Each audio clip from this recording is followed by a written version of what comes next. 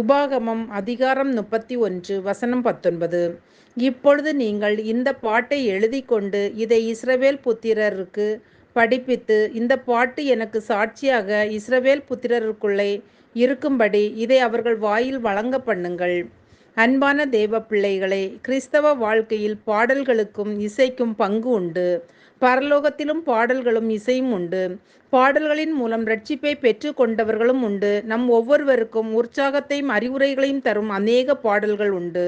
அவற்றை கருத்தோடும் வரிகளின் அர்த்தத்தை நம் உள்ளத்தின் ஆழத்தில் உணர்ந்தும் பாட வேண்டும். அன்பானவர்களே, பாடல்களின் வாசகங்களை வரிகளை உணர்ந்து நாம் பாடும்போது அது அநேக வேளைகளில் துதியாகவும் ஜெப விண்ணப்பமாகவும் அமைகிறது. நம்முடைய பாடல்களிலும் வாழ்க்கையிலும் பரிசுத்தம் இல்லையெனில் உன் பாடல்களின் இரைச்சலை என்னை விட்டு அகற்றி என்று கர்த்தர் நம்மை அருவருப்பார். பிரியமானவர்களே, பாடல்கள் வழிபாட்டின் ஒருங்கிணைந்த பகுதியாகும். பாடல்களை விசுவாசிகளின் வாழ்க்கையிலிருந்து பிரிக்க முடியாது. பவுலும் சீலாவும் சிறையில் தேவனை துதித்து பாடினார்கள். தேவன் மீது நாம் கொண்டுள்ள அன்பு, நம்பிக்கை மற்றும் நன்றியின் வெளிப்பாடே பாடல்கள்.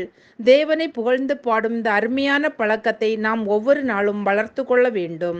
ஜெபிப்போம். அன்பின் பரலோக பிதாவே, இந்த நாளுக்காகவும் இந்த சத்தத்தை கேட்கிற ஒவ்வொருவருக்காகவும் உமக்கு நன்றி அப்பா. இஸ்ரவேலர்கள் செங்கடலை கடந்து ஒரு பாடலுடன் புதிய வாழ்க்கையில் நுழைந்தனர்.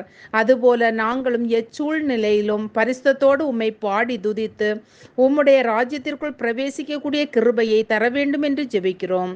இயேசுவின் நாமத்தில் பிதாவே, ஆமேன். இந்த நாவில் பொது பாட்டு இந்த நேசு தருகிறார். இந்த நாவில் பொது பாட்டு இந்த நேசு தருகிறார்.